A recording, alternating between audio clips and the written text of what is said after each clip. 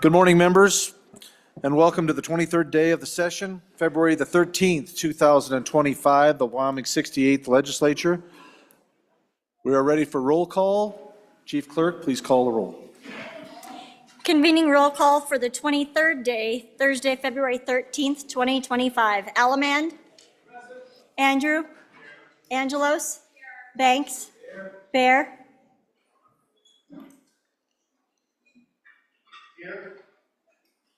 Brady. Bratton. Brown Gary. Brown Landon. Byron.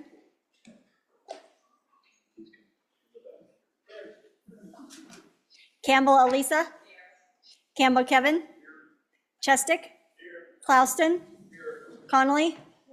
Davis. Eklund.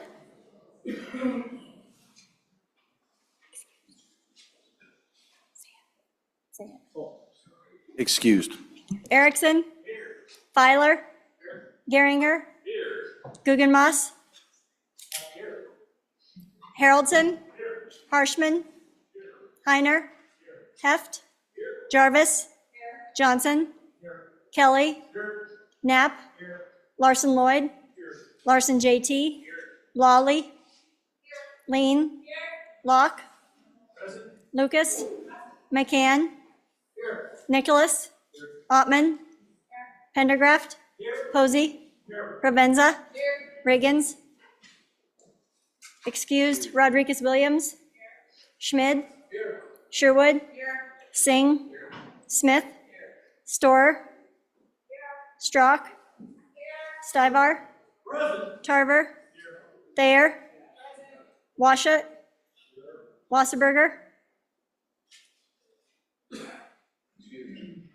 Webb. Weber. Worf. Williams. Winter. Wiley. Yin. Mr. Speaker.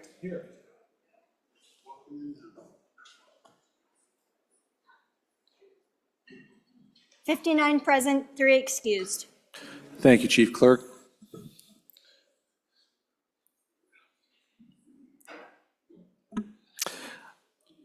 Ladies and gentlemen, our prayer today will be led by Pastor Tom Strock, the father of Tommy Strock, representative out of Trinity Baptist Church of Douglas, Wyoming.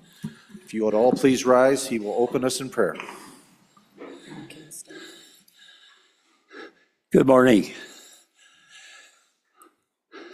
I'm kind of harried. I don't know if it'd been good to fly down here in the wind or fly on the highway, but it was a fast trip and the wind's blowing really hard. The Bible tells us in 2 Chronicles that we're to humble ourselves and pray, and the Lord will heal our land. And I appreciate the opportunity to come down, share God's word, and share prayer with you folks. So let's bow and let us pray. Almighty Heavenly Father, as we gather here in the state capitol,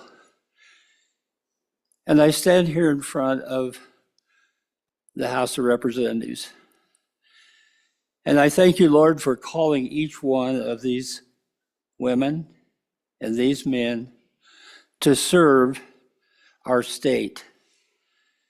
So as we come before you, Lord, let us humble ourselves and realize that you are the creator. You're the one that made us. You're the one that sets up the government, and you're the one that will take the government down. So as we humble ourselves in your almighty presence, we just pray, Lord, that you would heal our land. I understand that there's some hurt here, some loss of families. And you tell us in your word that you are the healer. You're the comforter. And I would ask that you wrap your arms around those that feel loss, feel hurt, and heal them. And as these men and women set out to do what they feel is right, I would ask, Lord, that you would just guide their every move. that you would provide safety as they travel to their homes. And Lord, we praise and honor you. But most of all, we thank you for the gift that you provided us in your Son, Jesus Christ. And as we worship you, let us be humble in your almighty presence. I pray these things in the name of Jesus. Amen. Thank you, Pastor Strock. Fellow members and guests, please join me in the salute to our flag.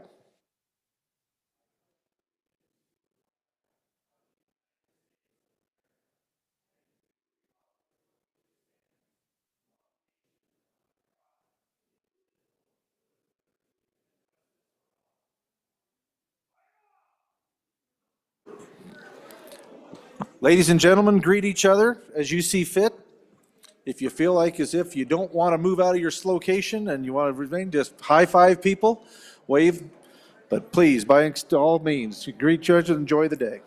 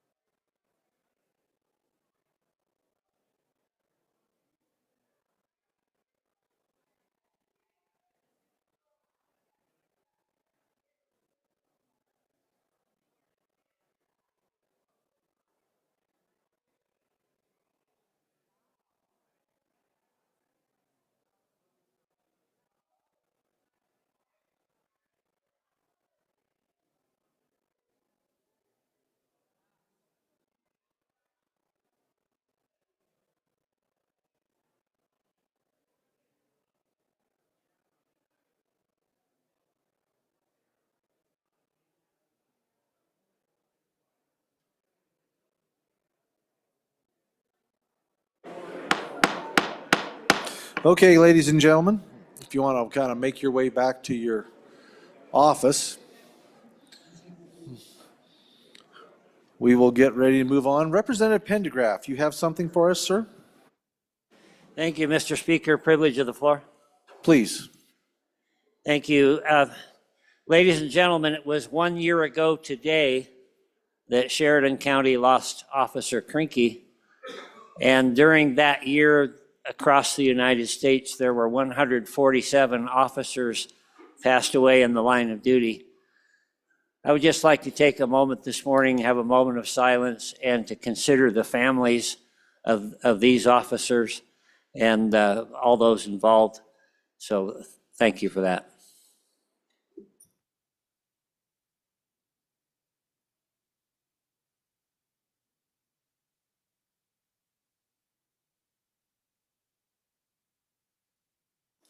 And amen.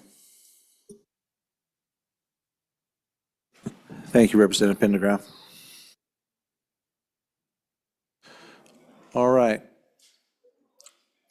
Representative Erickson.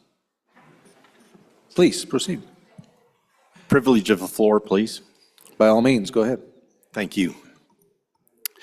Members, all of my 6 brothers and sisters were here for me to be sworn in this great house.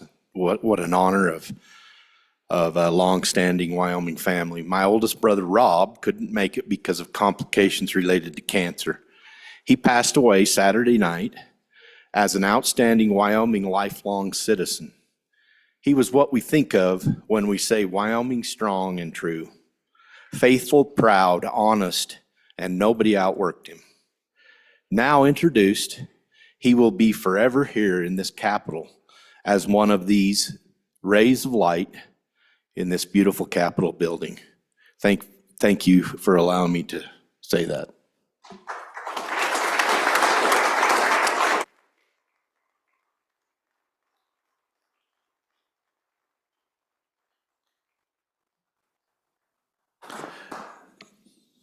Representative Webb.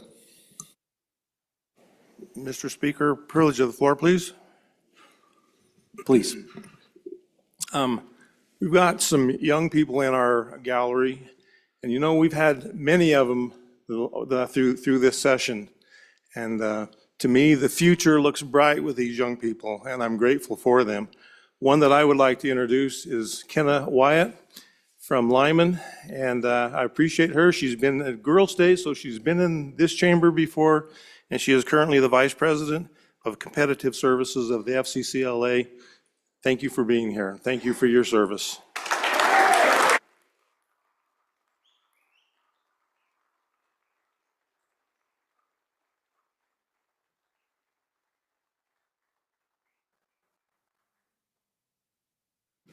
Representative Thayer. Speaker, privilege of the floor. Please. Thank you. I'd like to also call out 2 people from Carbon County, their officers with this group. If they'd please stand.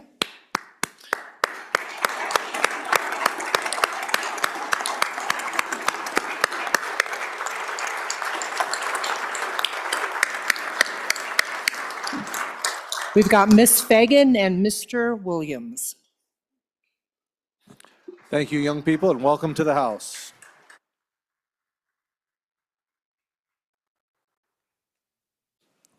Representative Strzok, you have something?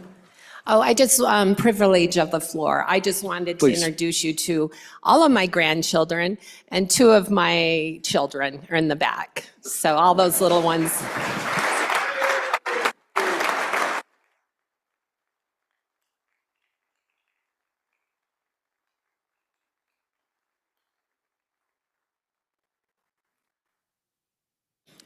That is pretty amazing, though, when moms and grandmas on the floor and great-granddad and granddad gets to open in prayer, and then they get to watch all that take place in the Wyoming House of Representatives. That's quite a blessing and quite a special day. Representative Hallerson, please. Thank you, Mr. Speaker. Privilege of the floor. Yes, please. Thank you. Just wanted to give you guys an update on Christian, our little trooper. He made it through the night. They did another CT scan last night to check for condition of the bleeding on the brain. It has stabilized.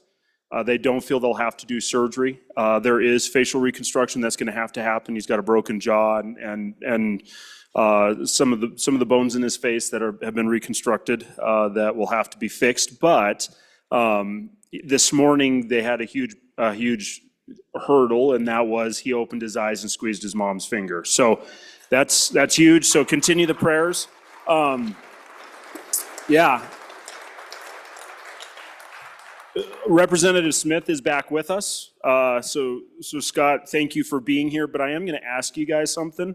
When you walk through this as a pastor, I've walked a lot of families through these situations. He doesn't need to talk about it. We'll just say that. Because there's 62 of us and everyone cares. We care immensely. I'm proud of you guys. I mean, this is a family. You can see that over the last day with what's happening, and thank you guys for that. And we may disagree on a lot of things on this floor, but we can all come around each other when we're hurting, and that's truly what family's about. So with that, though, I do need to ask you that he doesn't need 62 people asking the same question, because it does get overwhelming. So, Representative, we're glad you're here. We'll continue to lift your family in prayer. We'll continue to fight beside you, and we'll continue to give you guys updates as we know them. Thank you, guys.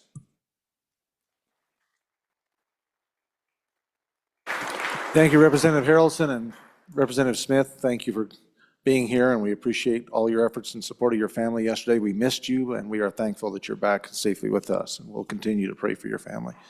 Representative Gugemas. Mr. Speaker, privilege of the floor. By all means, please. Thank you. In the North Gallery, if we could just get all the FCCLA members to stand. These are all the state officers of the organization, the future leaders of Wyoming. They're students from Riverton, Glenrock, Laramie, Hem, Lyman, and Encampment. Please help me welcome them to the People's House.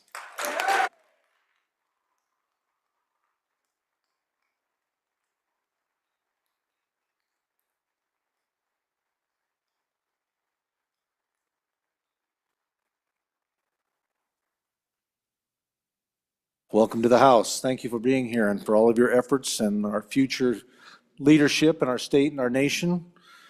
We're blessed to have you here. You have a good day. Thank you for coming. Enjoy the show. Yeah. Representative Rodriguez-Williams, please. Thank you, Mr. Speaker. Privilege of the floor. Please. Mr. Speaker and members, this week you'll see many teens around the Capitol representing Teen Pact. And if you're not familiar with Teen Pact, they are a group that's designed to help students understand the political process and value their liberty and engage in the culture. But I would like to welcome, well, all of us from the Bighorn Basin would like to welcome a few of the Teen Pact moms that are going to be observing some of the bills that we're debating today. And they're from Cody and Powell. And if they would stand up, we'd love to welcome you. Welcome to the House.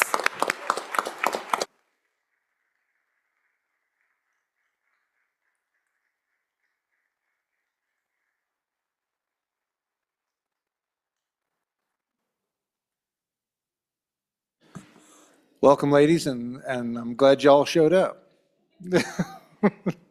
That's an inside joke. Anyway, thanks for being here and appreciate what you do and the young people that you have influence on, and we look forward to working with you in the years to come and helping our young people understand the political process better and be more actively involved in it. So your work is critical, and we appreciate it. Thank you very much. Any other members? Seeing none, Journal Committee report. Your Journal Committee reports that the Journal of February 12, 2025 has been read and recommends that it be approved. Representatives Jarvis and Posey. Thank you, Reading Clerk. Our doctor of the day is Tom Radosevich. I think I got that right. If not, please correct me. He is a medical doctor, family medicine in Casper, Wyoming. So we do have a doctor in the house, ladies and gentlemen, and thankful to have him here. Do we have any messages from the Senate? No messages from the Senate. Senate files, please. Or excuse me, Standing Committee. Or, oh, we got to go. I jumped one here. I'm sorry. Introductions. We'll get that done, and then we'll go to our standing committees. We are at that order of business on Senate files on first reading. First Senate file for our consideration, Senate file number 9. Reading Clerk. Senate File 9, sponsored by Judiciary. First reading of the file.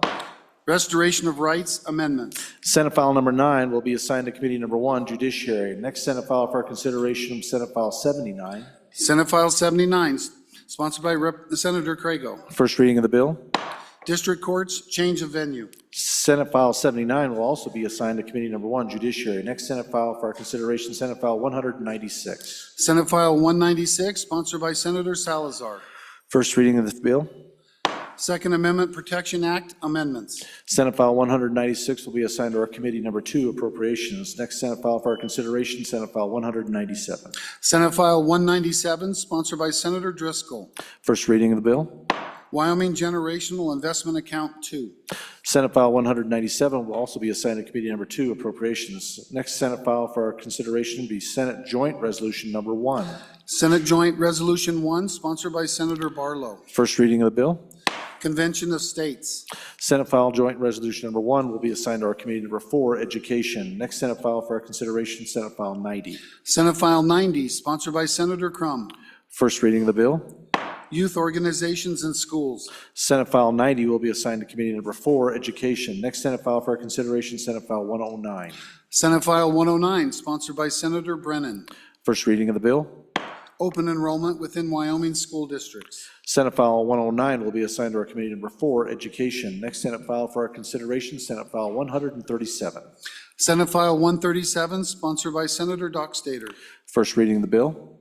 School Finance Cash Reserves. Senate File 137 will also be assigned to our Committee Number 4, Education. Next bill for our consideration, Senate File 166. Senate File 166, sponsored by Senator Pearson. First reading of the bill. Political Party Formation Amendments. Senate File 166 will be assigned to our Committee Number 7, Corporations. Next Senate file for our consideration, Senate File 174. Senate File 174, sponsored by Senator Driscoll. First reading of the bill. Constitutional Apportionment 2. Senate File 174 will be assigned to our Committee Number 7, Corporations. Next Senate file for our consideration, Senate File 190. Senate File 190, sponsored by Senator Beitman. First reading of the bill. Election Transparency. Senate File 190 will be assigned to our Committee Number 7, Corporations. Next Senate file for our consideration is Senate Joint Resolution Number 4. First reading of the bill. Have to find it. Sorry,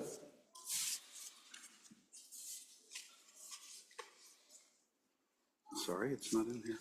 I don't see it. I don't have Joint Resolution 4.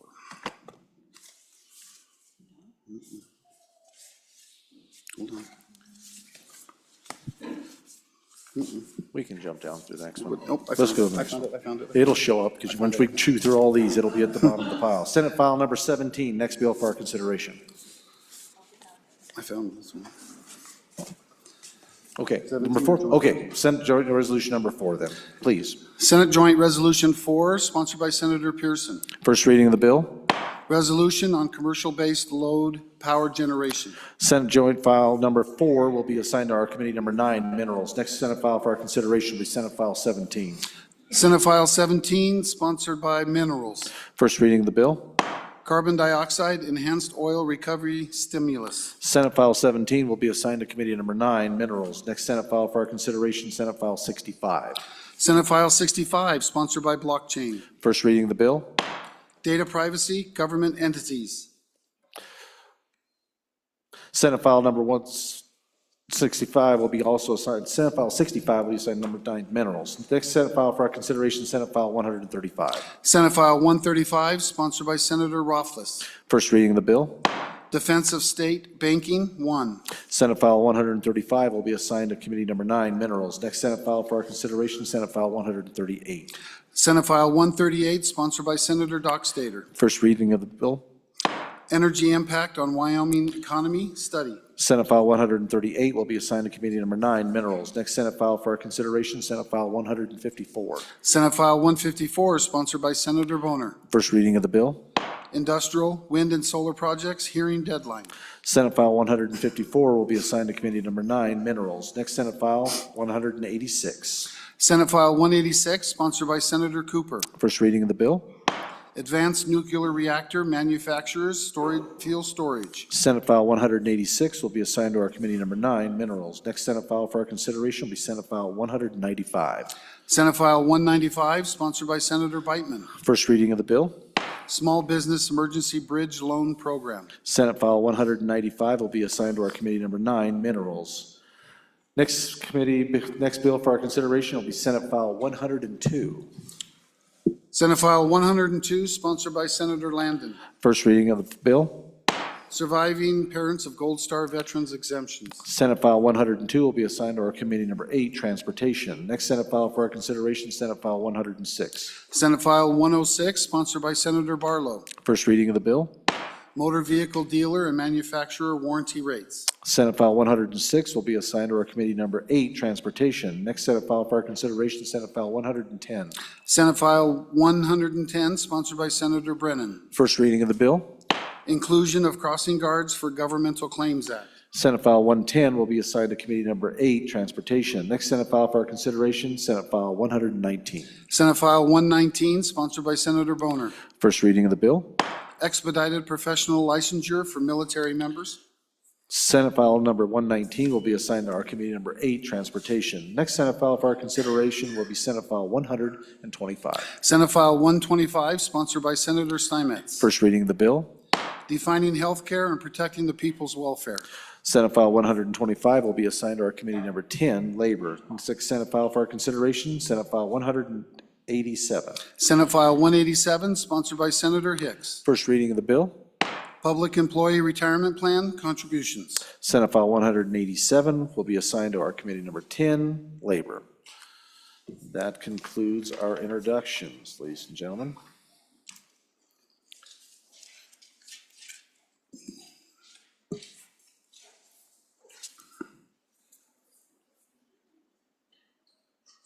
Reports from standing committees. Senate File 96, sponsored by Senator Ide, Wyoming Gold Act. Mr. Speaker, your Committee Number 2 Appropriations, to whom is referred Senate File 96 engrossed, Wyoming Gold Act, respectfully report, same back to the House with a recommendation it do pass with the following amendments. Ayes, Representatives Allemand, Angelos, Bear, Haroldson, Pendergraft.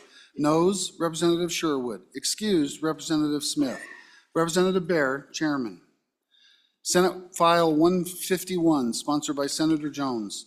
Monthly ad valorem tax distribution amendments and act relating to taxation and revenue.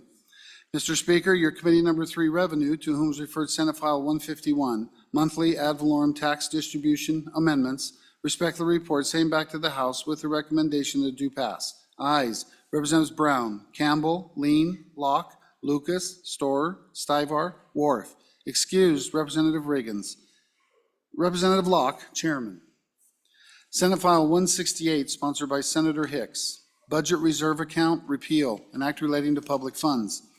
Mr. Speaker, your Committee Number 2 Appropriations, to whom is referred Senate File 168, Budget Reserve Account Repeal, respect the report, same back to the House with the recommendation that it do pass. Ayes, Representatives Allemand, Angelos, Bear, Haroldson, Pendergraft, Sherwood. Excused, Representative Smith. Representative Bear, Chairman. Thank you, Reading Clerk. Moving on to bills on second reading. We have one, but we have several amendments. So we are at that order of business on bills on second reading, and the first bill for our consideration is Senate File 69. Senate File 69, sponsored by Revenue, Homeowner Property Tax Exemption, an act relating to taxation. We have amendments, or was there First Amendment for our consideration?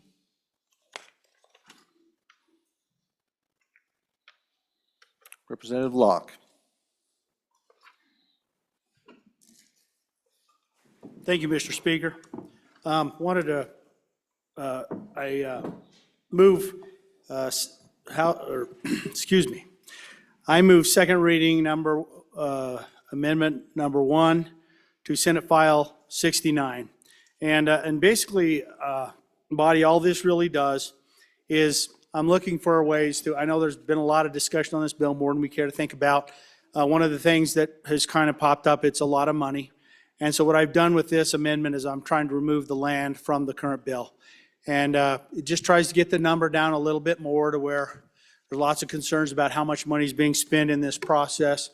It takes a little bit out of people's pockets. The land isn't always a huge portion of what is for different houses. It varies fairly drastically. Some houses, some homes, it's somewhere between 12 and 15%. It goes much higher on other homes. But in this particular case, this takes the land out of it, and this will reduce the overall impact of this bill. And I ask for your favorable consideration and open for questions. But again, I ask for a favorable consideration of this amendment. Thank you, Representative. Representative Harold Harshman for your first time. Thank you, Mr. Speaker. Question for the sponsor of the amendment. I think the bill as it is now is like 220 some million. And so what will removing land, what's that new number now? What does that drop it to? Thank you, Mr. Speaker. Thank you, Representative. Any others for their first time? Representative Larson Lloyd, first time. Thank you, Mr. Chairman. If the good presenter of the amendment would also clarify once again for me, I know he's attempted this, but I'm slow on the uptake on how they determine what the associated land is. And so how do they determine what that is? Because that's been something that we've heard the landowners feel was important. Is that just that land directly under the house, or is it associated with the yard? Help us understand that, please.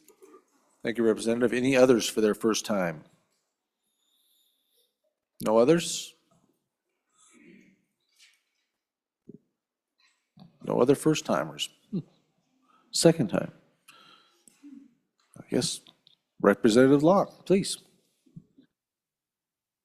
Thank you. And to answer the first question, I know that the number of the existing bill has been a little bit vague in terms of how much was associated with 69 as it came over, because it had changed percentages, and I don't know that we had an updated note. So there was this discussion of whether it was in the ballpark of roughly 220 some million a year, or a little bit higher than that. Based on the numbers that I was given for against 169, for example, the one that this body moved out, it would move it down to at least down below 200. So basically 200 per year. And a little bit below that, this would move it down that much. So hopefully that helps a little bit on how it adjusts those numbers. Now, I've seen many different numbers, but that's roughly what it would do. It'd move it down below 200 million a year, this bill with this adjustment. And then to answer the other question, this whole issue of exactly what land is associated with it, that in the current, my understanding, the way the assessors currently approach that problem is it's not a specific amount of land that's associated with that, but it's something that the assessors go through. But it is, for example, in some cases, it's some number of acres, and sometimes, but in most cases, it's the lot. In some cases, it's some number of acres. It's not a specific number of acres, is my understanding of how they currently do it.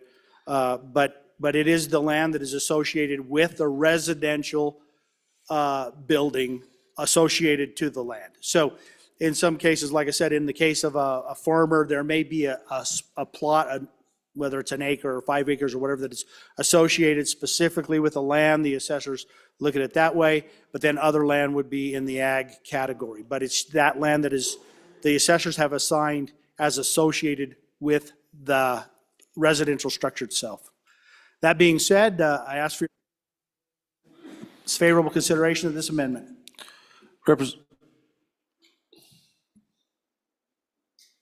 Representatives, you're being asked to vote on second reading amendment number 1 to House Bill 69. All those in favor signify by saying aye. Aye. All those opposed, no. Amendment has been adopted. Thank you, Representative Locke. Next amendment for our consideration, second reading amendment number 2 to House Senate File 69. Representative Locke, please.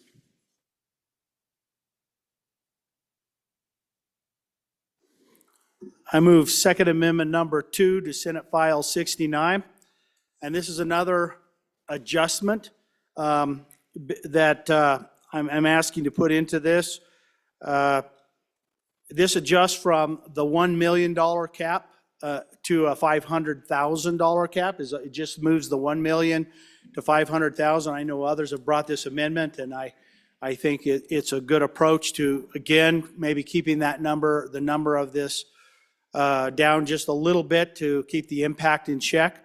And again, I ask for your favorable consideration of this amendment. In terms of how much it will adjust that number, I've gotten multiple figures on this.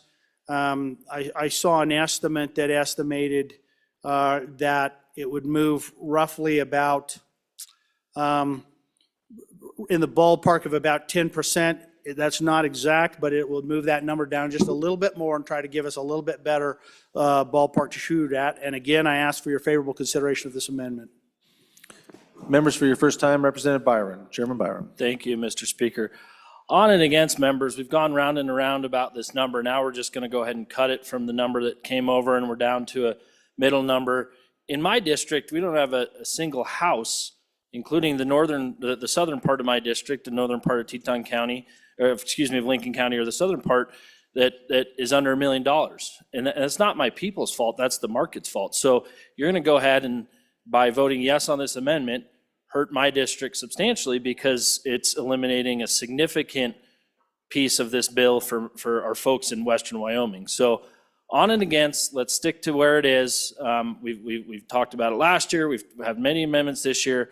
And these folks who bought their homes for $150,000, $200,000, $250,000 that now they're valued at $1 million are really going to get hurt by an aye vote on this.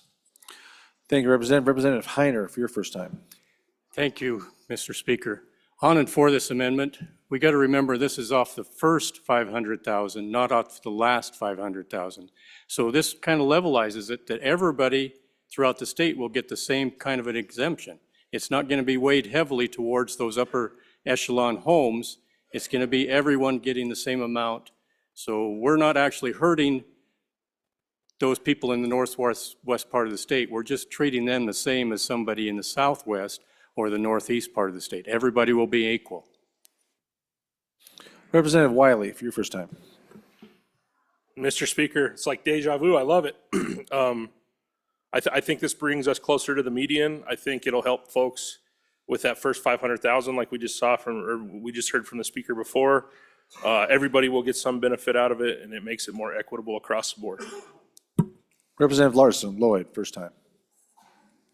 Thank you, Mr. Chairman.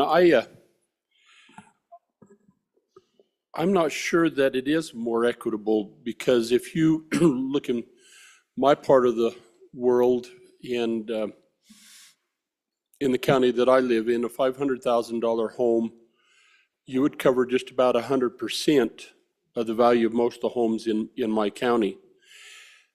I shared an example of a wonderful person from Teton County that's lived there since longer than all of us here have been alive.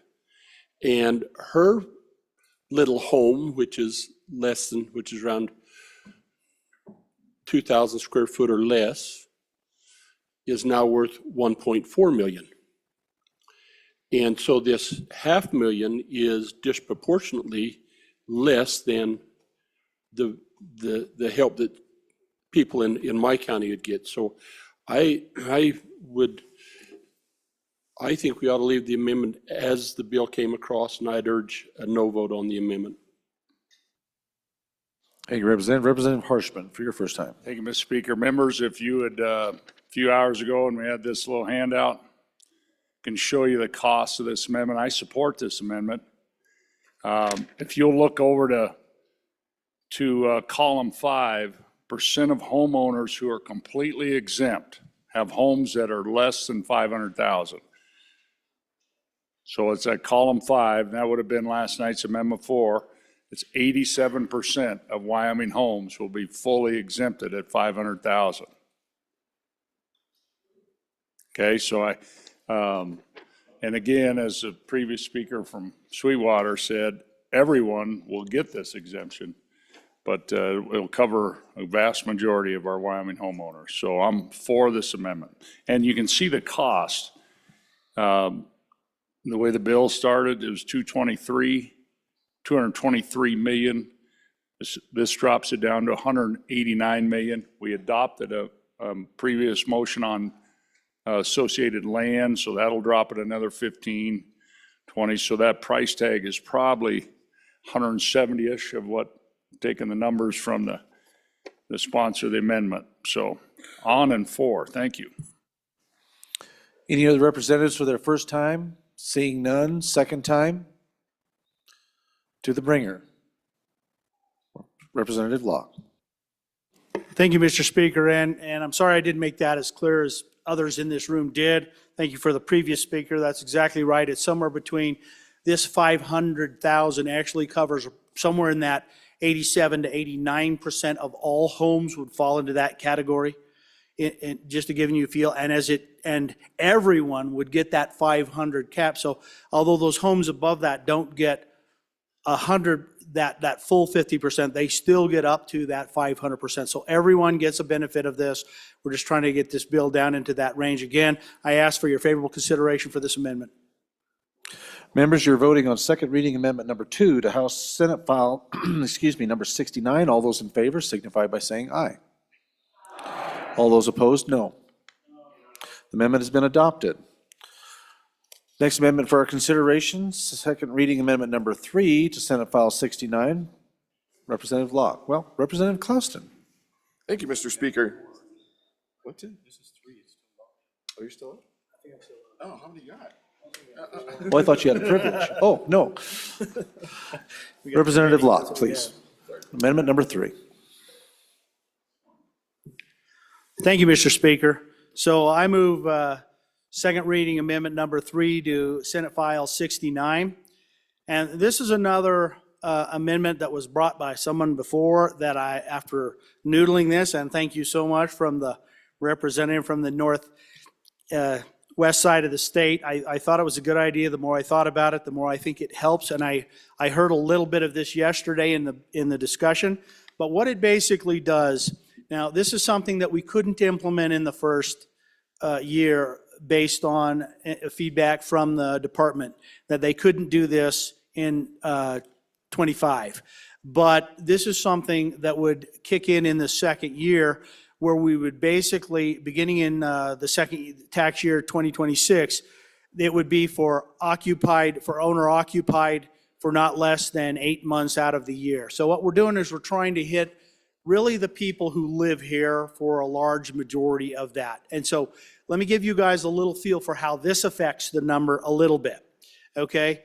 So this is an estimate because the department currently doesn't have these numbers available to us exactly. That's why we can't implement it in the first year. But they estimate that somewhere around 72% of the homes are owner occupied. So what this would do is roughly, and this is not exact, so please bear with me because they have a hard time giving me this exact number, but roughly I would say 25 to 27% of that number. It adjusts that number roughly that amount. I'd say somewhere between 20, 25%. It depends on the overall cost of the homes and things. But it adjusts that second number, brings that number down a little bit, takes a little pressure off of the cost to the local entities out there in that second year, and lets us basically try to make this more palatable, still leave some money on the kitchen tables in the next 2 years, gets the cost down a little bit, and helps us make this bill just a little bit more comfortable for folks moving forward. And in that second year, we're definitely targeting people who live here, which was the intent of this. Again, I ask for your favorable consideration of this amendment, and I want to thank the person who brought it initially, which it was not me, and I'm grateful for that. Thank you. Representative Yin, for your first time. Mr. Speaker, I'm glad that this amendment gets another bite at the apple. I really appreciate it. I remember the last vote was a 30-30 vote. So I'm glad that we've had some folks realize that it isn't really a good idea to give that exemption to people who don't live here. But with that, I am going to call for the pursuant to Rule 12-4, I'll call for the ayes and noes on the amendment. Thank you, Mr. Speaker. At least 2 seconds. Representative Chestick and Lean, or wherever, Chief Clerk, you can.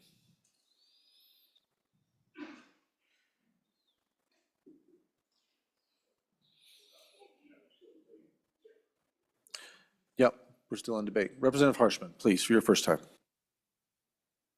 Thank you, Mr. Speaker. Question for the bringer of the amendment. I support the amendment and concept. So probably 28% or so of our homes are not owner occupied. We think that's the number. Folks will actually just have to sign a paper, on the honor system saying they lived here 8 months. But my question really is about renters who are renting homes. Those are not owner occupied. So there's this issue. Yeah, the super wealthy that live here a month a year and have a beautiful home somewhere in our state. I get that. But the person who's renting a house, how does that affect that? And part of the cost of rent, obviously, that the landlord has to cover is property taxes. And when they go up, rent goes up. And so thank you for that answer to that. Thank you. Representative Heiner, Majority Leader. Thank you, Mr. Speaker. So where did the 8 months come from? Many states that surround us have a requirement to be a resident of that state. You have to live in the state for 6 months.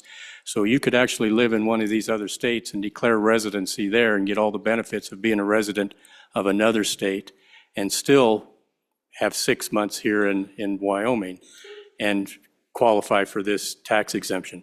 So the 8 months is trying to circumvent that. So you have to declare that you live in this state at least 8 months out of the year and be a bona fide citizen at that point. So that's where the 8 months comes from. On and for this amendment. Representative Worf, your first time. Thank you, Mr. Speaker. I rise in support of this as well. I think it can't be lost that we're trying to give this benefit back to the people, the residents that live here in this state. And it just does not make sense to extend that to people that aren't here all the time. And so I would urge support of this. Thank you. Thank you, Representative. Representative Clouston, for your first time. Thank you, Mr. Speaker. I also believe, maybe to the bringer of the amendment, is the 8 months consistent with the Wyoming Property Tax Relief Program, as well as our long-term homeowners, the Homestead Act? I believe both of those are set at 8 months as well. Excuse me, any other members for their first time? No members for their first time? Second time, Representative Yin. Mr. Speaker, thank you. So the 8 months is aligned with our current program. We have a bill that changed that. So if this passes third reading, I'll have an amendment just to align it to use the statutory reference of the amount of time, which is what I had brought in third reading for the other bill. The part about renters, the amendment is written to say occupied, so it doesn't say owner occupied. So renters can still count towards the exemption. Any other members for the second time? Representative Harshman, your second time. And second time. Thank you, Mr. Speaker. So that question about renters, but also the question about really farmers and ranchers. I know there's two members in this body that have multiple houses on their property where family or hired hands live. And so I think that's an issue. And if this passes, I'll make sure and bring an amendment to clarify that, to make sure our farm and ranch households and our renters. So thank you, Mr. Speaker. Thank you, Representative. Any others for their second time? Any other members? Seeing none, back to the bringer. Representative Locke, please. Thank you very much, and thank you for some of the clarification that was provided by a couple of previous renters or previous speakers. Sorry,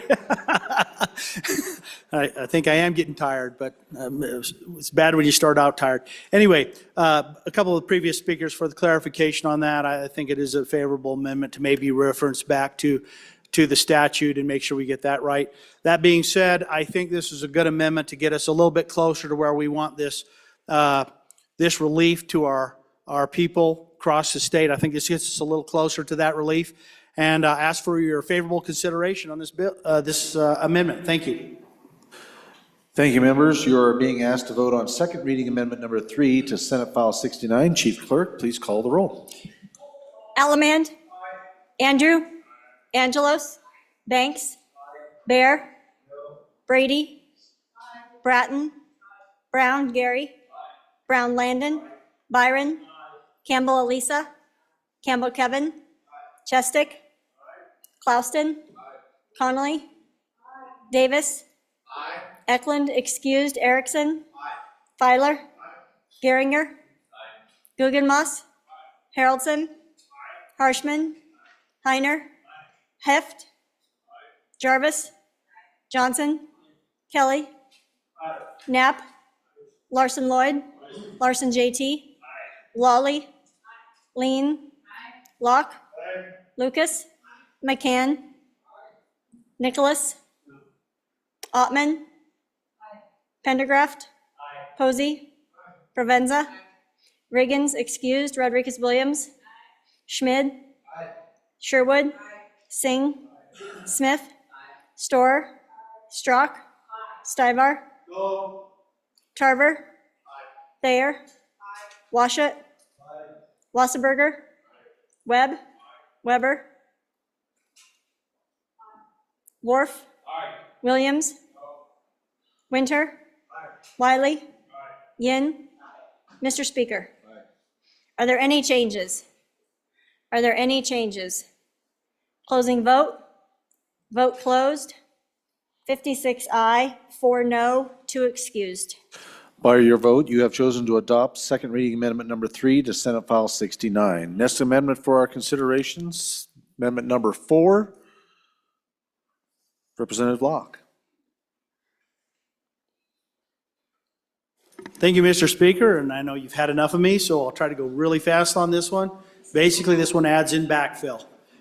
Oh, sorry, I'm moving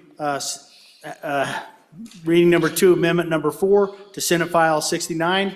Sorry, I didn't move that first, but I'll try to hurry through this. Again, this is really just adding backfill in. I know there's a range of feelings on backfill in this room, but we heard yesterday was a significant amount of concern with that. What this adds in is roughly, this adds in about 200 million of backfill to try to make sure it is not 100% backfill. It's, depending on where these numbers land, it's probably in that ballpark of 60 or somewhere in that 60-65% range. I might be a little bit off on that, but this ultimately puts a little bit backfill in there for our counties and our locals and the schools and those things. As you know, schools ultimately get fully funded, but I sensed that this was an important aspect of this. And I, again, ask for your favorable consideration of this amendment. Representative Harshman, for your first time. Thank you, Mr. Speaker. I'd move to divide the amendment. Mr. Speaker, basically the second page would be division number 1. That would be second page, lines 1 through 17. And the first page would be division 2. I'd like to talk about, I guess, division 2 first. Okay, The first page. it's divisible, so please proceed. Division 2 is where you're at first. Okay, thank you, Mr. Speaker. Members, Division 2, that first page is the amendment we had last night. And $100 million, and it says appropriated from the LSRA. Regardless of where you appropriate from today, it's all coming from the LSRA.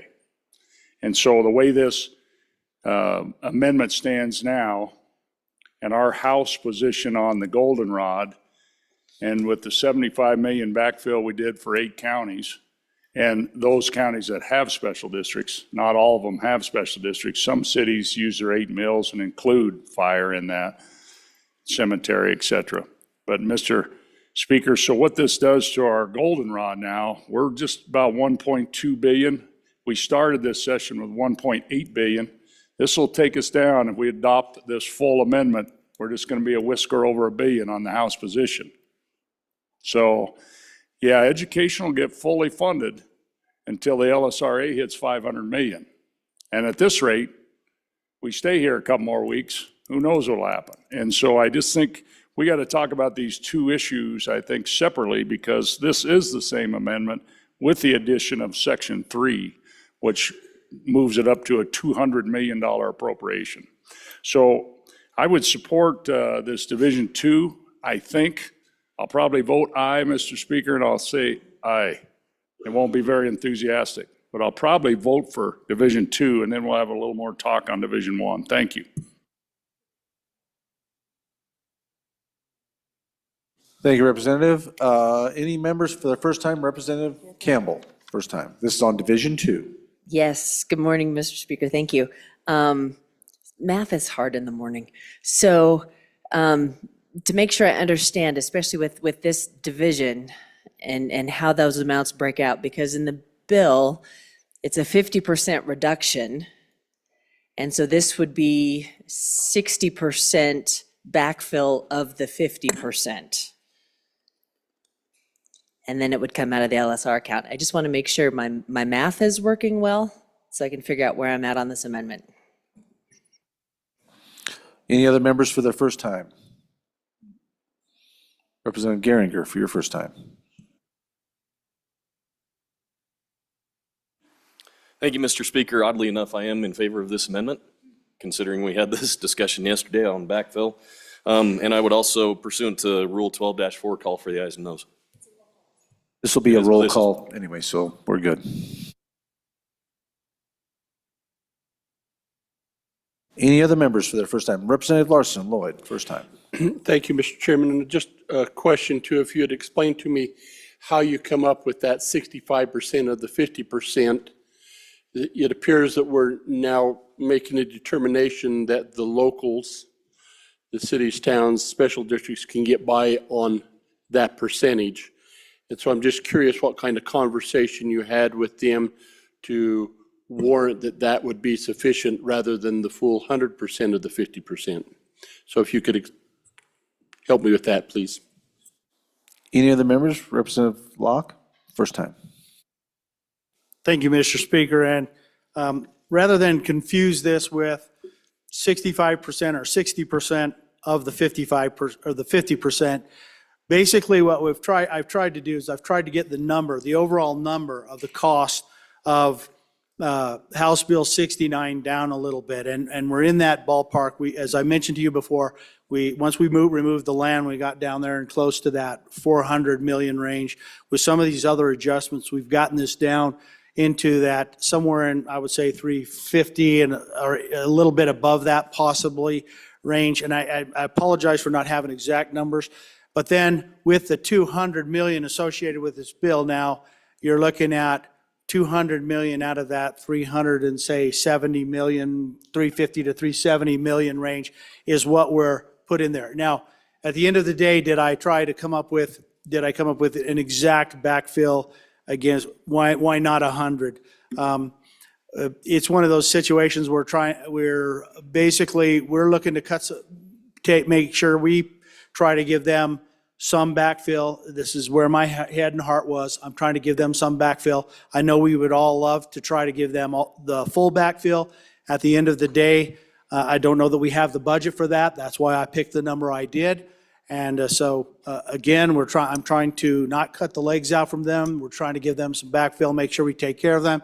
At the same time, we're trying to make sure we leave some money on the kitchen table. So that's where I was at with this amendment. And please vote aye for this amendment. Representative Kelly, excuse me, for your first time. Thank you, Mr. Speaker. On and against the amendment. I'm a fan of backfill. I can't sing, I can't dance, I'm not good at parties, but math is my thing, even in the morning. And what I'm seeing here is a one-size-fits-all policy for counties that don't need the backfill, and I see the same aid coming for counties that might need much more than 50%. I believe we have a superior solution on the horizon, so I'm against the amendment. Any other members for your first time? First time? Seeing none. Second time? This is on Division 2. Any others for their second time? Here he comes. Representative Harshman, second time. Thank you, Mr. Speaker. I think there's a little confusion on the numbers. I think if you pull out the handout from last night, go to column 3. I mean, this is what we're paid to do, is come down there and debate this stuff because it all matters. Okay, column 3, I think where this bill now is at with the good members' amendments On column 3 would be down at the bottom, about 189 million is what this bill is going to cost, minus the land, which is 15 million-ish, and maybe the 8 months living here maybe takes $1 million or $2 million off. So this thing is probably sitting at about 170 million-ish for 2 years. I don't know where the 400 million number is coming from. I think it's going to cost us about 170 million. We appropriated 75 odd million or something in the budget the other day. This Division 2, which we're debating, is 100 million.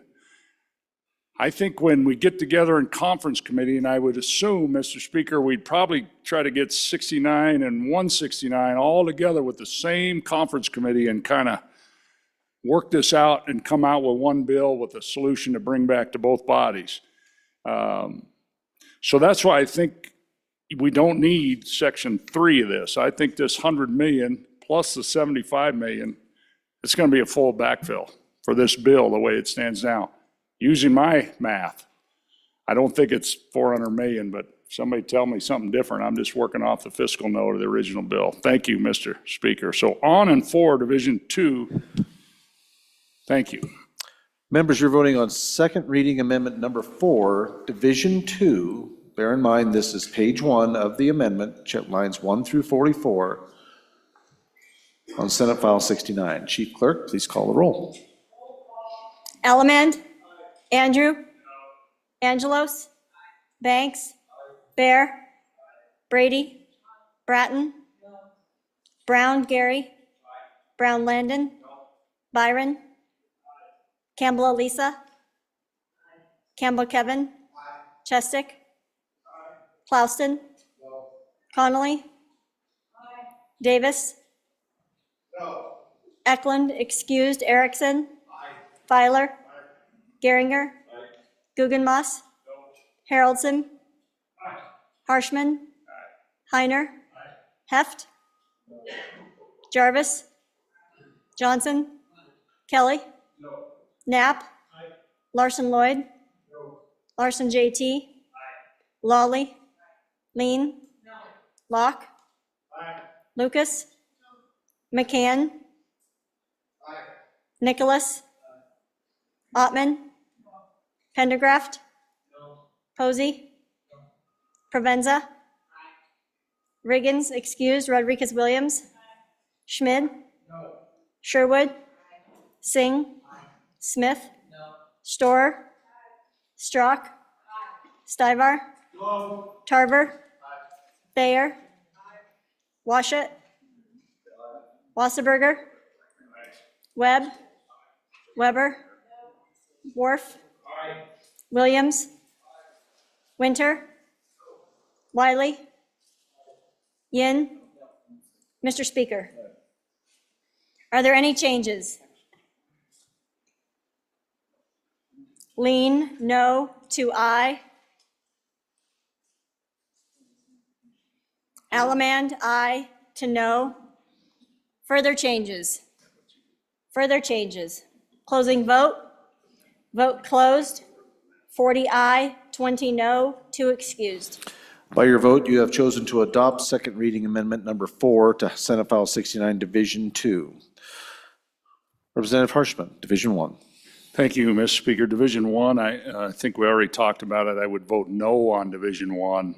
It's not necessary, and then it just reduces this goldenrod down 1.8 to about 1.1. And yeah, so I think we want to rein that in a little bit, and I think what we just passed will work fine. So on and against Division 1. Thank you. Any members for their first time? Representative Locke, first time. Thank you, Mr. Speaker. And let me explain, I guess I'm the one who created the confusion, tried to go through the numbers. That 400 million that I talked about that we were drawing down to that 170, 180 million range that we were talking about. As the previous speaker mentioned, that was per year. That 170, 180 million per year is what that was. So that's why I put this additional backfill in there to give us a little bit of wiggle room and, to give us some backfill for both years. I was trying to cover that. That was where my attempt at this was, and I want to ask for an aye vote on this amendment to make sure we give an appropriate level of backfill. And again, I know there's varying opinions on that, but I know that is an area of concern. Again, I ask for your aye vote. Any other members for their first time? No members for their first time. Second time. Representative Harshman, good. Representative Locke, you good? Okay, members, you're voting on second reading amendment number 4 to Senate File 69, Division 1. All Chief Clerk, call the roll. Allemand. Andrew. Angelos. Banks. Bear. Brady. Bratton. Brown Gary. Brown Landon. Byron. Campbell Elisa. Campbell Kevin. Repeat. Chestick. Clauston. Connolly. Davis. Eklund, excused. Erickson. Filer. Geringer. Guggenmoss. Haroldson. Harshman. Heiner. Heft. Jarvis. Johnson. Kelly. Knapp. Larson Lloyd. Larson JT. Lawley. Lean. Locke. Lucas. McCann. Nicholas. Ottman. Repeat. Pendergraft. Posey. Provenza. Riggins, excused. Rodriguez Williams. Schmid. Sherwood. Singh. Smith. Storer. Strock. Stivar. Tarver. Thayer. Washut. Wasserberger. Webb. Weber. Worf. Williams.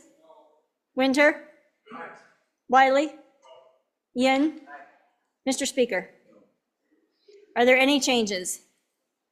Are there any changes? Ottman?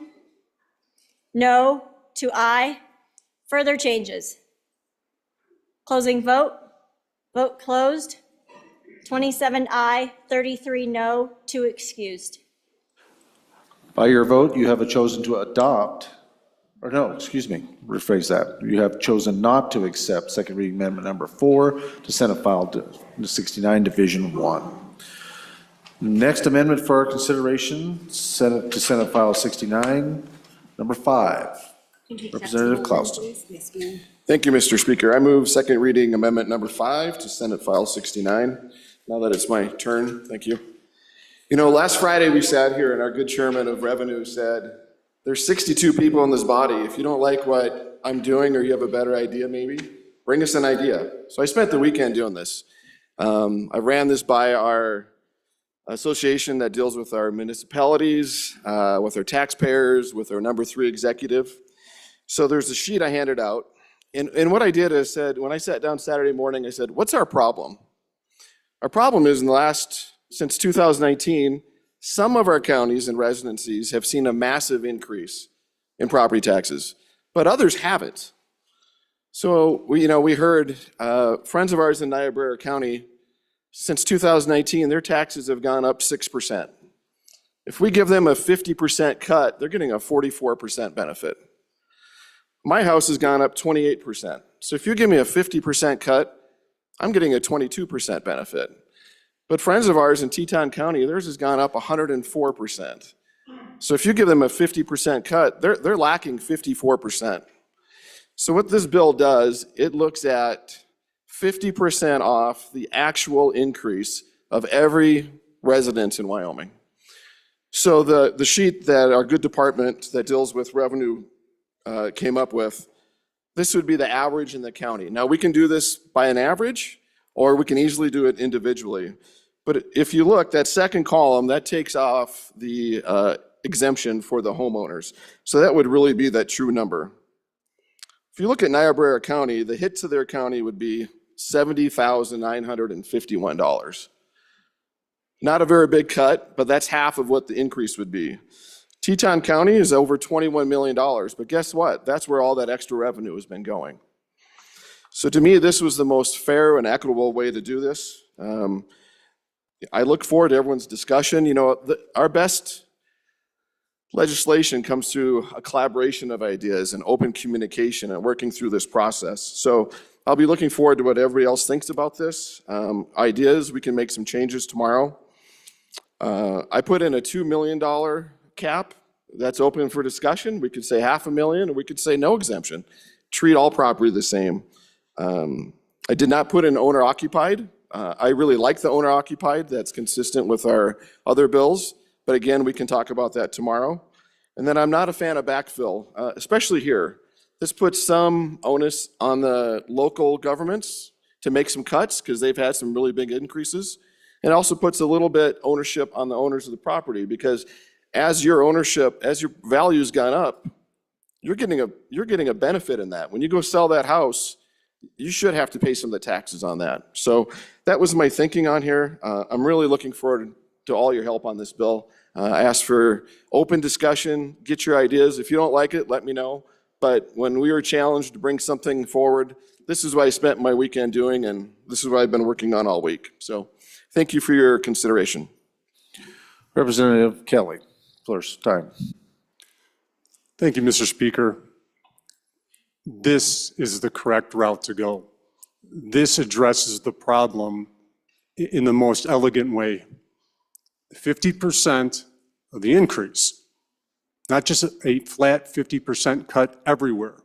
I'll give an example, some rough numbers with my own home to really bring this down, because we're talking some huge numbers and percentages here, and I understand how this can get all jumbled as we talk for hours about numbers and percentages.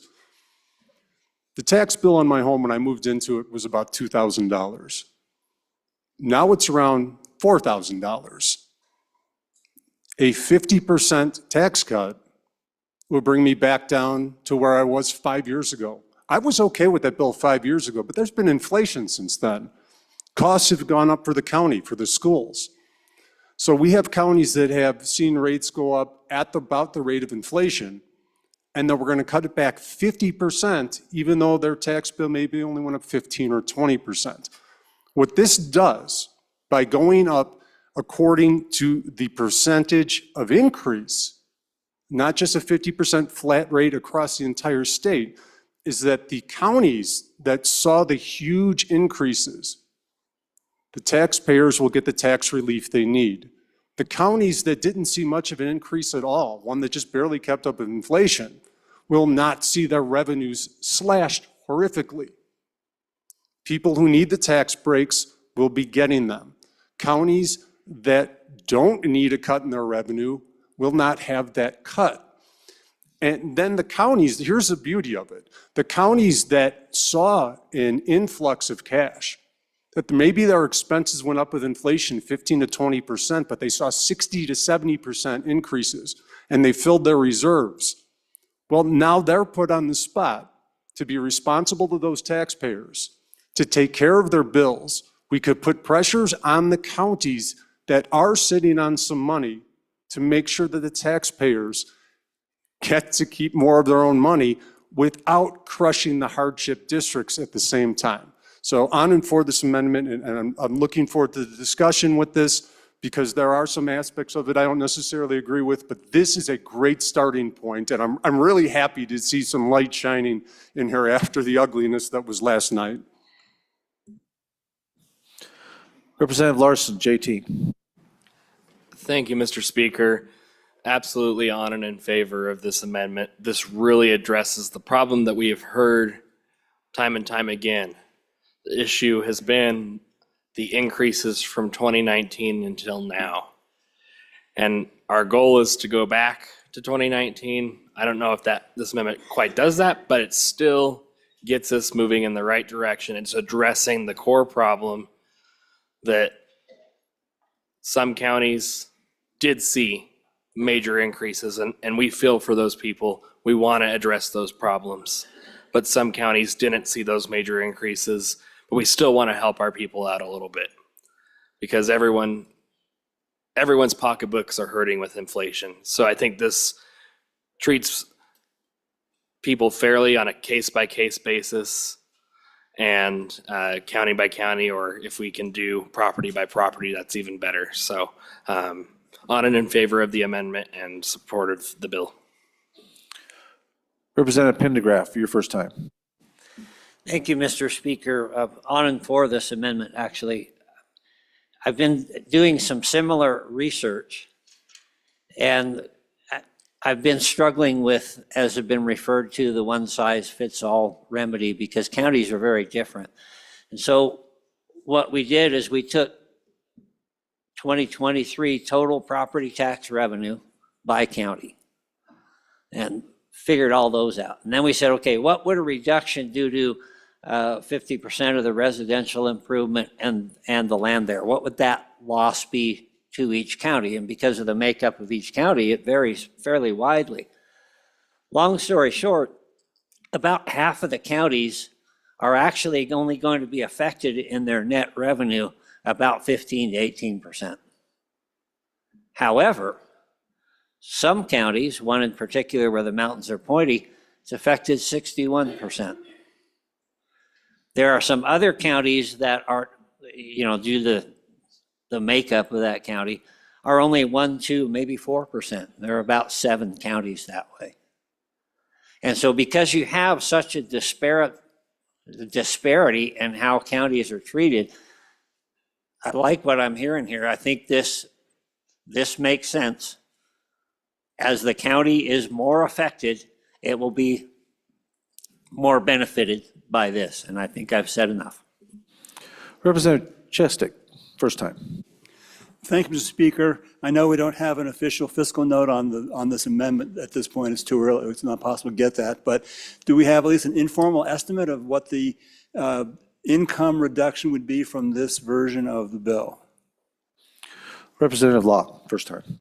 Thank you, Mr. Speaker. And there are things about this amendment I like a lot.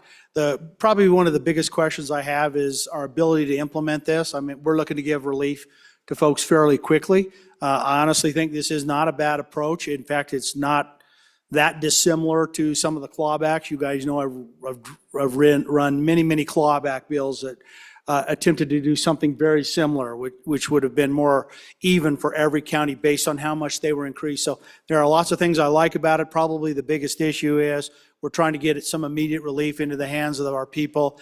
And the question is, can we make this work together with getting some immediate relief while we move in a direction like this?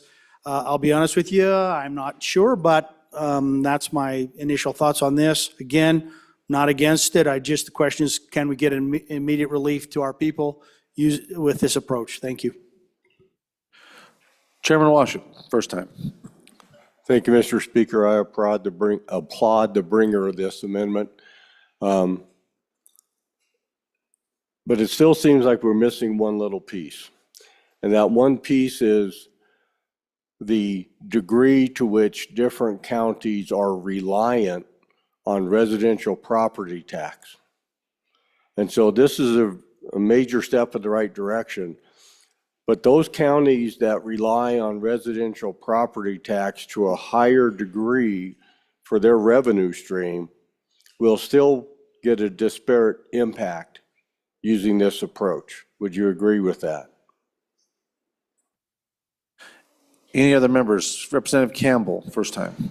Thank you, Mr. Speaker. And we'll echo applauding the efforts and thinking how we might approach this in a more effective manner in favor of, the direction we're moving in, and have a couple of questions, hopefully just can be clarified. So in the amendment itself, it speaks to obtaining the average from 2019 to 2024.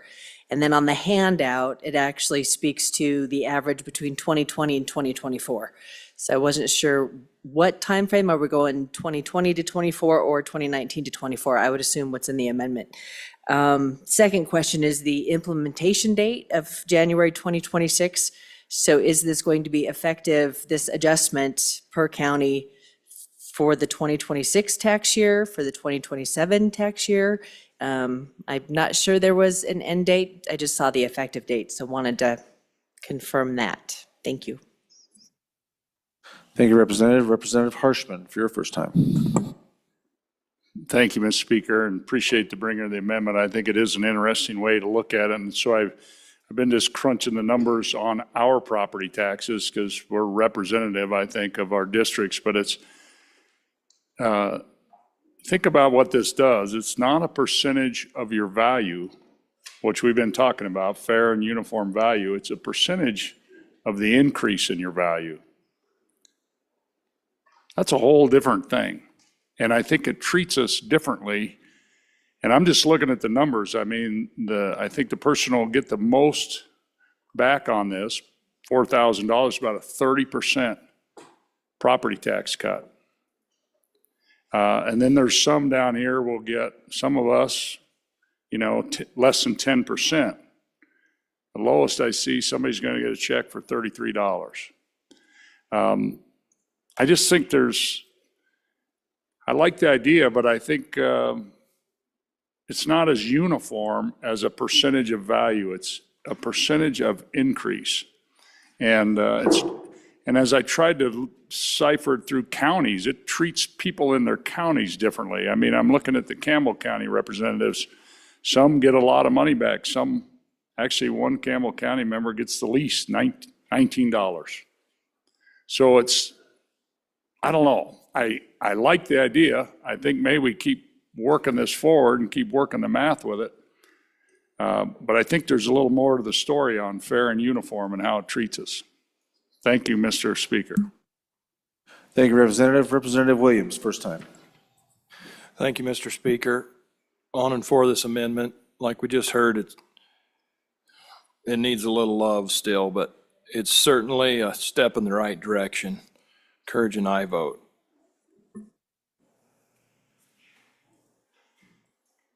Representative Storr, for your first time.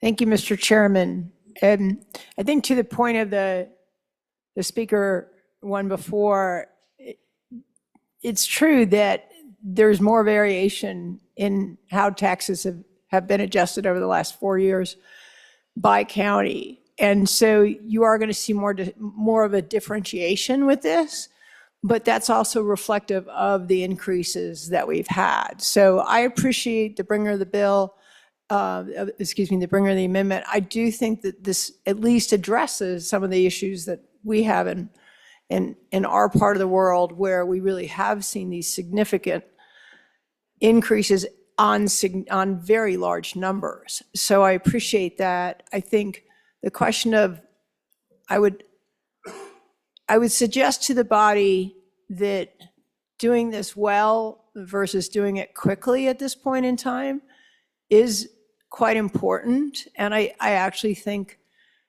I see a little bit of a light at the end of the tunnel for the first time here, in that if we were to then limit this to owner occupied or occupied at least, and if we can't implement it till 2026 in any case, that we consider that as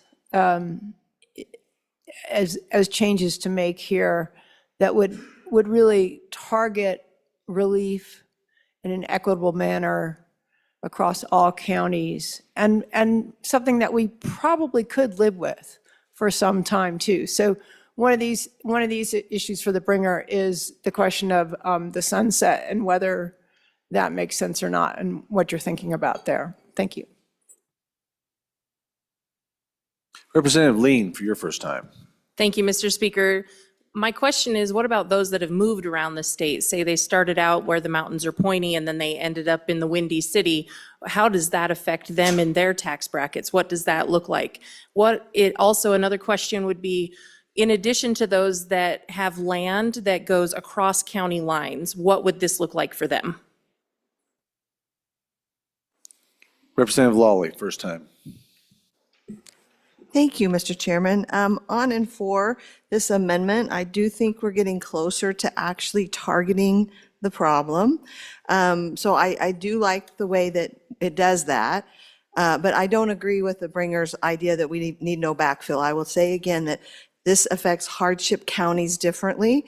And so again, I want to bring that up and really to the point of the good representative from the center of the state that we really, this doesn't really take into account how much the county depends on property taxes. So again, some kind of accommodation for some backfill for hardship counties. But again, I really do like this approach. I applaud the bringer because we kind of are getting now closer to the target, I think, and the source of the difficulty with our property taxes. So thank you.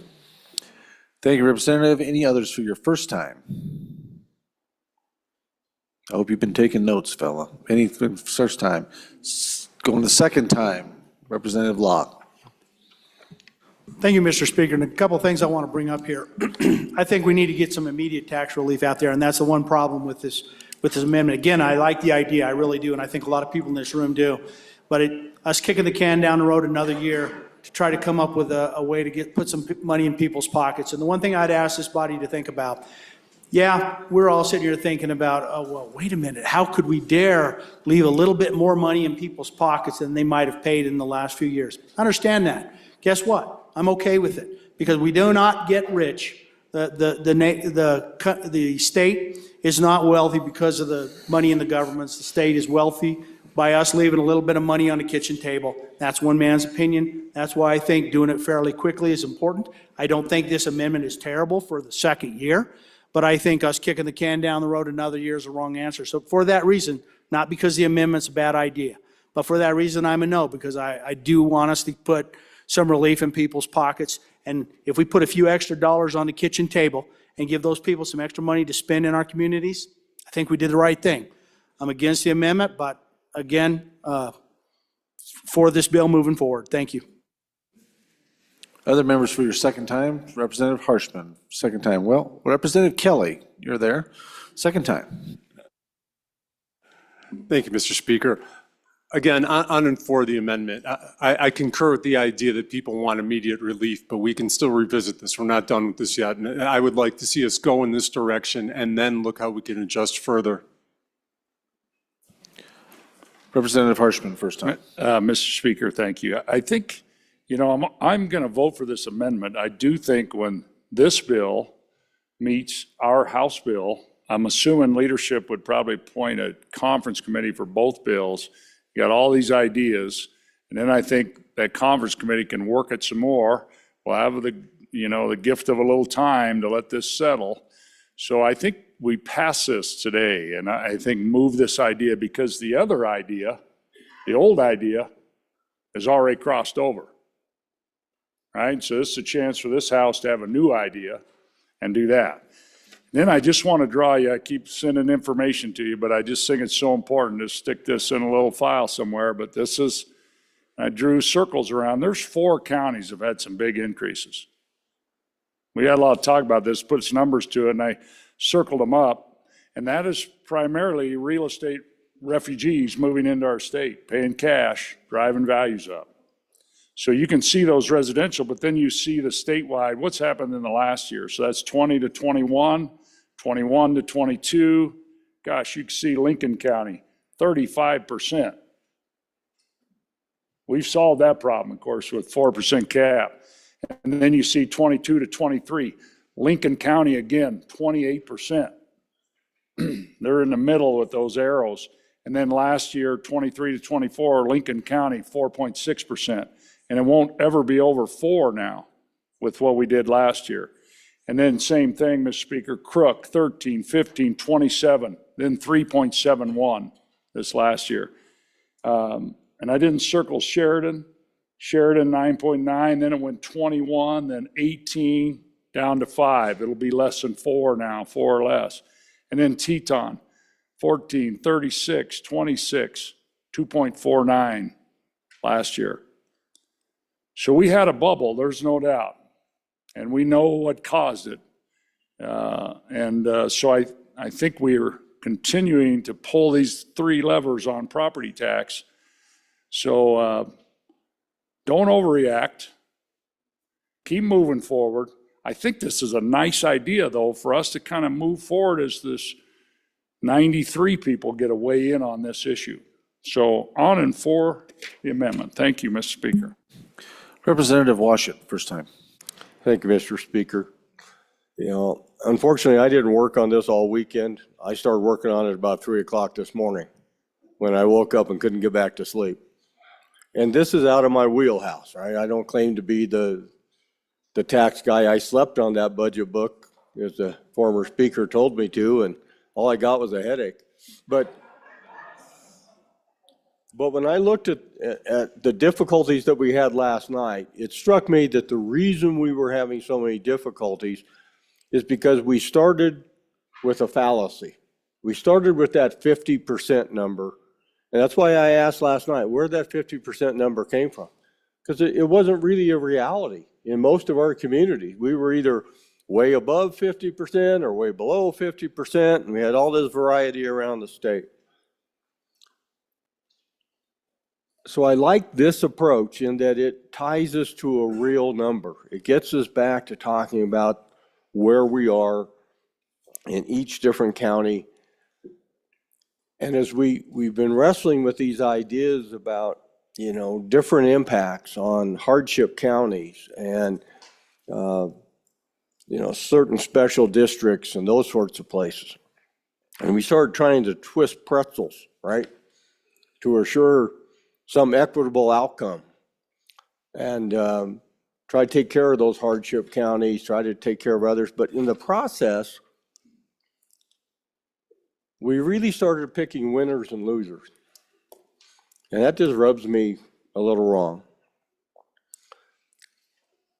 My city, for example, isn't a hardship community, right? My city has received award after award, recognition after recognition for the way it manages its finances and crafts its budget. My city has learned the lessons of Wyoming history, that our booms can be intense and our busts can be protracted. And so my community carefully manages its finances, puts money in reserve, and some of these approaches we've been kicking around will punish my community because we have reserves, because we have been thoughtful and we've elected leaders who are conscious of the reality of the boom-bust cycles and wanted to create a local budget that would absorb some of the crash landing when the next bust comes. And some of you haven't even lived in our state during a time of a real bust. But those of us who've been around a while know just how awful those conditions can be. When I was a member of a police department in the mid-1980s, we lost a third of our positions during a bust cycle. So my city's learned from those lessons. We put money away. And I just want to tell the members that it rubs me wrong that we seem to have the desire to punish my community because we've been fiscally prudent. I applaud the amendment. You'll see I have an amendment coming that looks like I drafted it at 3 o'clock in the morning. I'm going to withdraw that. I think we have more work to do, more discussions to have. But the most important thing about this amendment is that it gets us to a real number and not some make-believe number. But we have a 10,000-pound gorilla staring us over the shoulder as a citizens' initiative. And so we can do as elegant a job as we possibly can, and it all might get kicked to the curb, right? So I applaud the effort. I'm honored for this amendment. Representative Larson, JT. Thank you, Mr. Speaker. Again, on and in favor of the amendment, I think this definitely does address what our goal is here. I just want to also be clear, though, that we have given property tax relief in the last few years. We've passed measures. I personally think that this gets us in a better spot. I think it's cleaner. But I just don't want there to be any assumption that we haven't tried, we haven't worked through the process.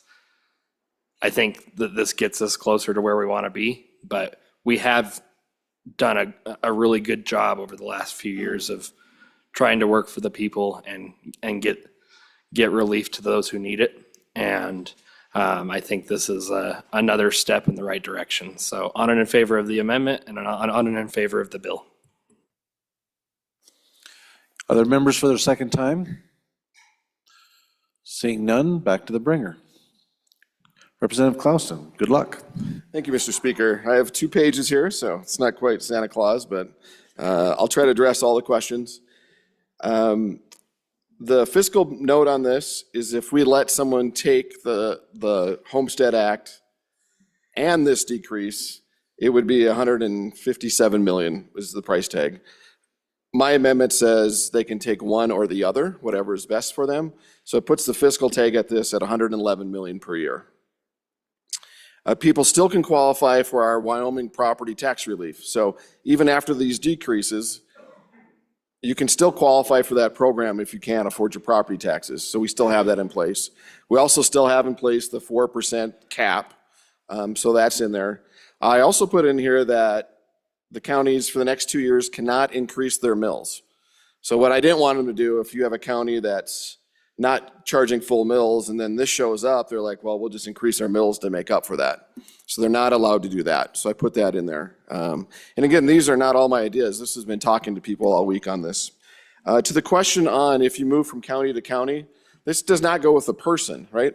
This is based on that property itself, the increase it's seen since 2020. So the way the bill is written, we went back to 2019, but that first tax year then would be 2020. So we're looking at the increases in actual increases that people saw on that property, 20, 21, 22, 23, 24. So that's where that came from. I did not put a sunset on this. The goal of this is not to sunset it. I didn't want in 2 years, all of a sudden we see this massive increase and we go back to our old system. That's just giving temporary relief. We'd just hit a cliff. This would be the tax rate for that property reset. So from 2025 on, you'd have that 4% cap that we increased. So that takes care of that fiscal cliff that we were afraid of. As far as relief in 2025, we're going to get out of here in March. There's not relief for 2025. This will start in 2026.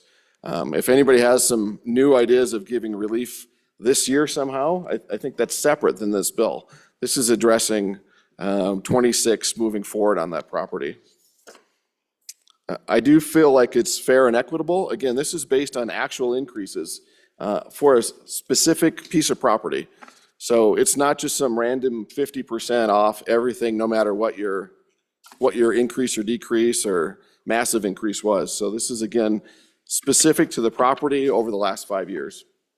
So if I missed any questions, grab me. We have tomorrow to talk about this. We can all bring amendments. This was just a little different approach. So I appreciate everybody's questions, your attention, and hopefully we can move this forward and improve it. Thank you. Members, you're voting on second reading amendment number 5 to Senate file number 69. All those in favor signify by saying aye. Aye. All those opposed, no. The amendment has been adopted.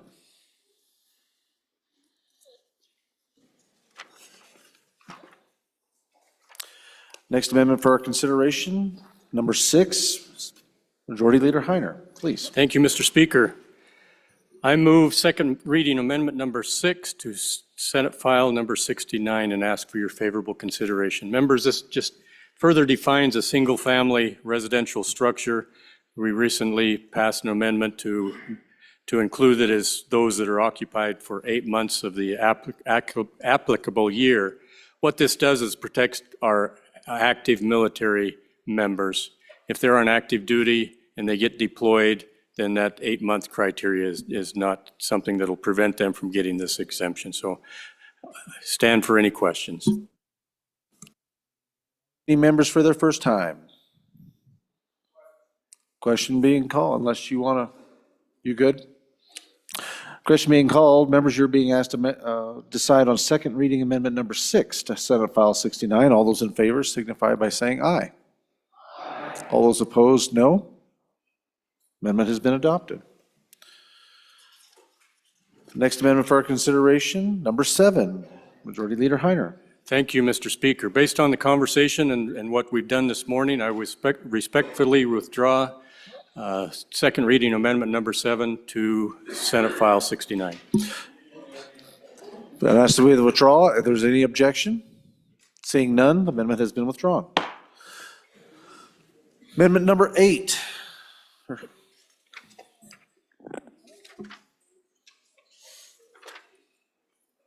Representative Washington.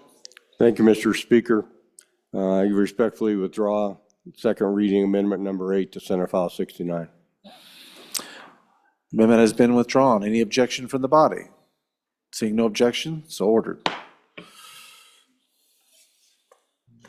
Okay, did we have a?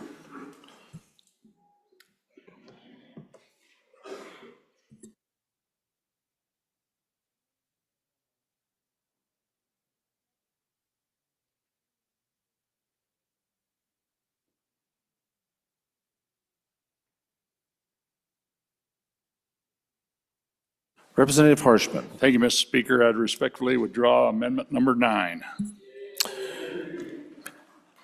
Been asked to be withdrawn. Any objection? None? Amendment has been withdrawn. Representative Yin. Mr. Speaker, thank you. Pursuant to Rule 11-7, I move to request a bill with amendments incorporated, just because this is such it's not a big bill, but it's a bill that has such a big impact, and we made such a big change today. I'm just making this motion just so the public will be able to see what we've done for third reading. Thank you, It does Representative. require a vote. Yeah, it will require a vote. So, yep. They're looking for the requirement. I believe it is 2/3. These are our new rules, so.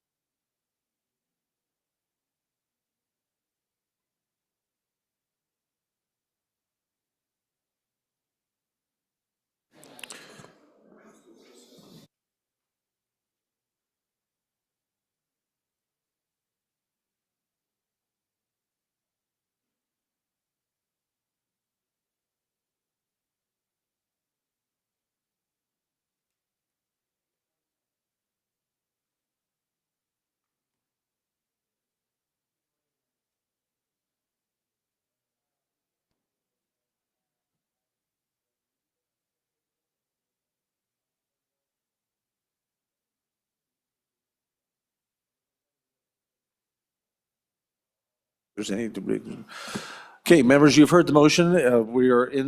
This is a debatable motion, so any of you that would like to discuss or opine on this, you are certainly welcome to. This is a majority vote, and we can do this with a voice vote. Question being called.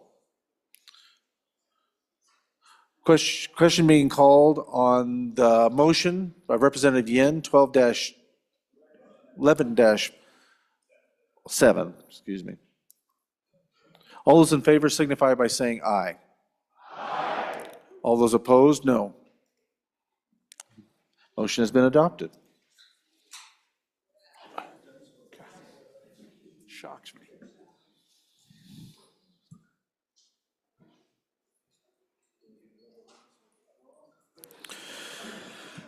Senate File number 69, having been read 2 separate times, the question is, shall the bill be read a third time? Hearing no objection, it is so ordered.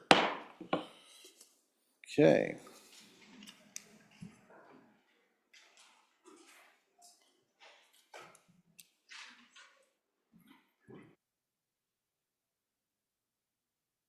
Representative Harshman, please. Mr. Speaker, I'd move Rule 7-3 on this House Bill or Senate File 69 to lay it back a day so we don't have third reading tomorrow. Tomorrow's our last day before a long weekend. It could be hours of debate before we're ready to hit the road and go home. So it would move it to Tuesday is the motion 7-3. And I wanted to bring it up today. I could have brought this motion tomorrow, but I wanted to bring it up today. Thank you, Mr. Speaker. You have heard the motion. Any discussion? Motion 7-3 without objection. There's some. Representative Williams, Rodriguez Williams. Thank you, Mr. Speaker. I stand in objection to the motion. Anyone else? This I'm sure is a debatable motion. It says it is not that it's not debatable. So Representative Storr, please. Thank you, Mr. Chairman. I stand in favor of the motion. There is a lot of number crunching behind all of this, and I would like to make sure that we all understand it well, and having the time to figure that out over the weekend would be really helpful. Thank you.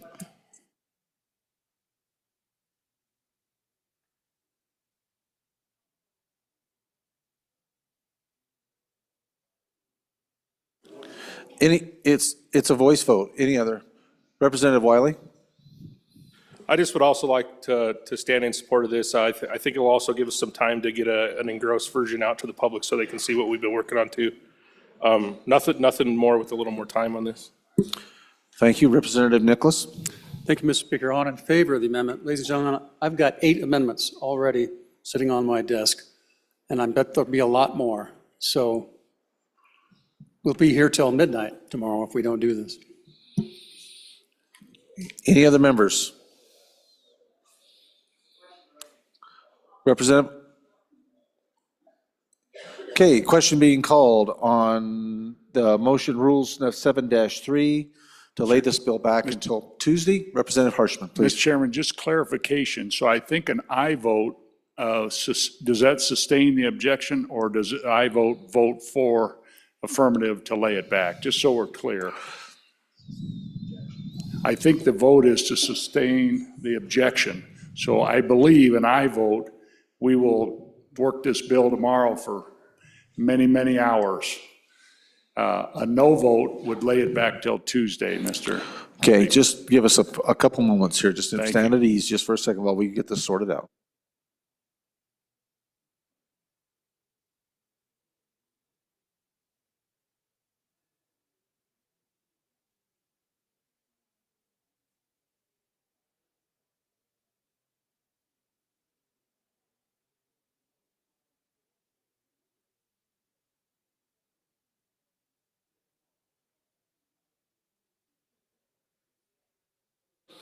Okay, ladies and gentlemen, back in here. An aye vote on this motion of objection will force us to work on this bill tomorrow and standard. A no vote will allow the bill to be rolled back, and we will work on it Tuesday after we get back. And it will, now, whether or not this aye or no, we'll get our attorneys to be able to get the engrossed copy to you. That's going to put some squeeze on those folks to get it done. But I mean, I'm not saying that that can or can't be done. I'm sure that these folks will get it done, but just understand that we'll have to have, because we just voted to have an engrossed act put together. So they've got to complete that too. So just for information's sake, so that's fine. Okay, an aye vote on this will object to the motion and will cause us to at this point, work this bill tomorrow. So all those in favor signify by saying aye. Aye. Those opposed, no. No. Chair's in doubt. All those in favor?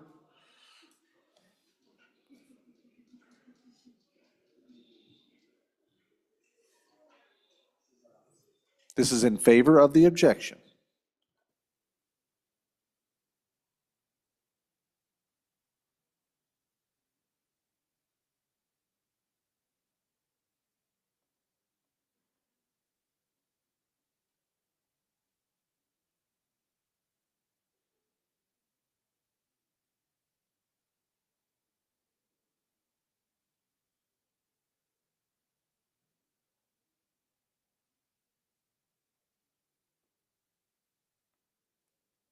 You may be seated, just in case anybody's gone. All those opposed to the objection? Okay.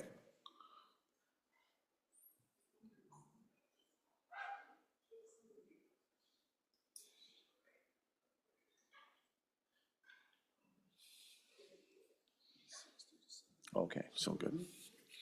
All right, you may be seated. The objection has been rejected. 35 to 22. Okay, Representative Smith, please. Thank you, Mr. Speaker. Privilege of the floor. Please. All righty. Ladies and gentlemen, if you look up into our south gallery, you will see a bunch of patient fourth graders. If the fourth graders will stand up, and this is Mrs. Tennille Gross's class from Southeast Elementary School in Yoder. And they have a phenomenal teacher. Mrs. Gross does a lot of great things for our community, not only teaches, but I had the privilege of serving with her on our local search and rescue team, and she has some phenomenal search and rescue dogs. So let's give Miss Gross and her fourth graders a round of applause.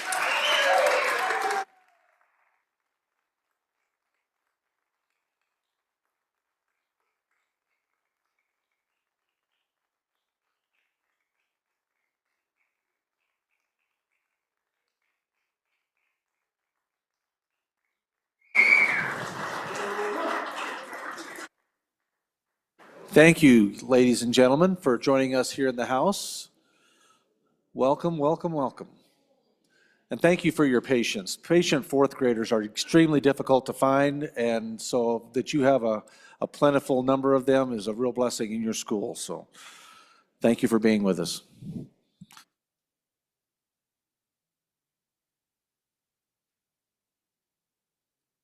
Mr. Majority Floor Leader. Or let's see, wait a minute, do we need some? Do you need announcements first? We need to get some, we got some standing committee reports. Did you want to try to do those?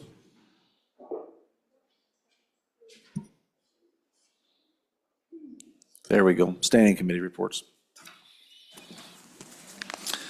Senate File 80, sponsored by Water, abandonment of water rights, limitations, an act relating to water.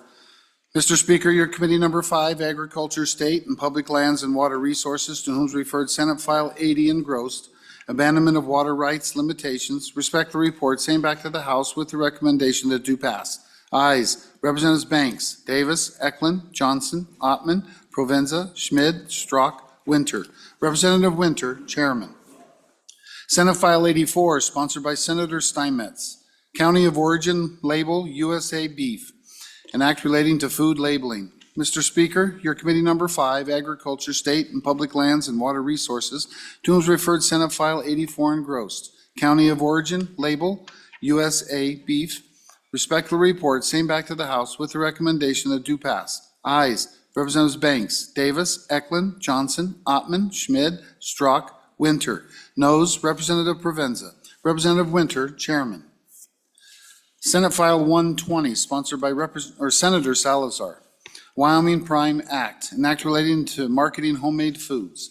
Mr. Speaker, your committee number 5, Agriculture, State, and Public Lands and Water Resources, to whom is referred Senate File 120, Wyoming Prime Act, respect the report, same back to the House with the recommendation that it do pass. Ayes, Representatives Banks, Davis, Eklund, Johnson, Ottman, Schmid, Strzok, Winter. Noes, Representative Provenza. Representative Winter, Chairman. Thank you, Reading Clerk. Committee announcements before we take off. Yeah.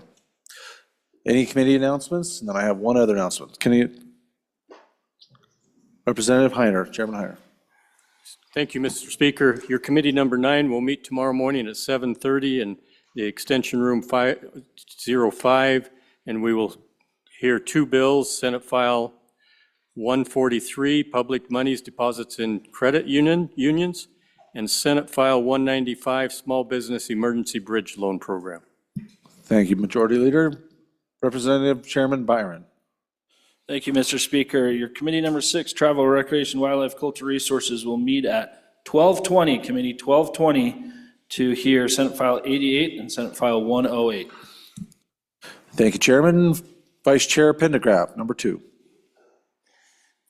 Thank you, Mr. Speaker. Your committee number 2 appropriations will meet on Friday, February 14, upon noon recess. We'll discuss Senate File 191, state funds, proxy voting, and pecuniary investments. Exciting stuff. Senate File 39, engrossed automatic transfer of automobile title upon death. Thank you, Vice Chair. Vice Chairman Tarver. Thank you, Mr. Speaker. Transportation will meet at about 12:20, and I did get the room. It's number 3 in the extension. So 12:20 to listen to Senate File 33 or finish it up. Any other announcements, committee announcements? I do have one announcement for you, ladies and gentlemen, is that the meeting notices for Tuesday, when we get back, are due by 2 p.m. tomorrow. So your meeting notices must be in and are due by 2 p.m. tomorrow for your meetings on Tuesday when you get back. So just so you all know, and I will re-announce that, just make sure, but just giving you a heads up. Majority Floor Leader. Mr. Speaker, I move that the House stand in recess until 2 p.m. You have heard the motion. All those in favor signify by saying aye. All those opposed, no. The House stand in recess until 2 p.m.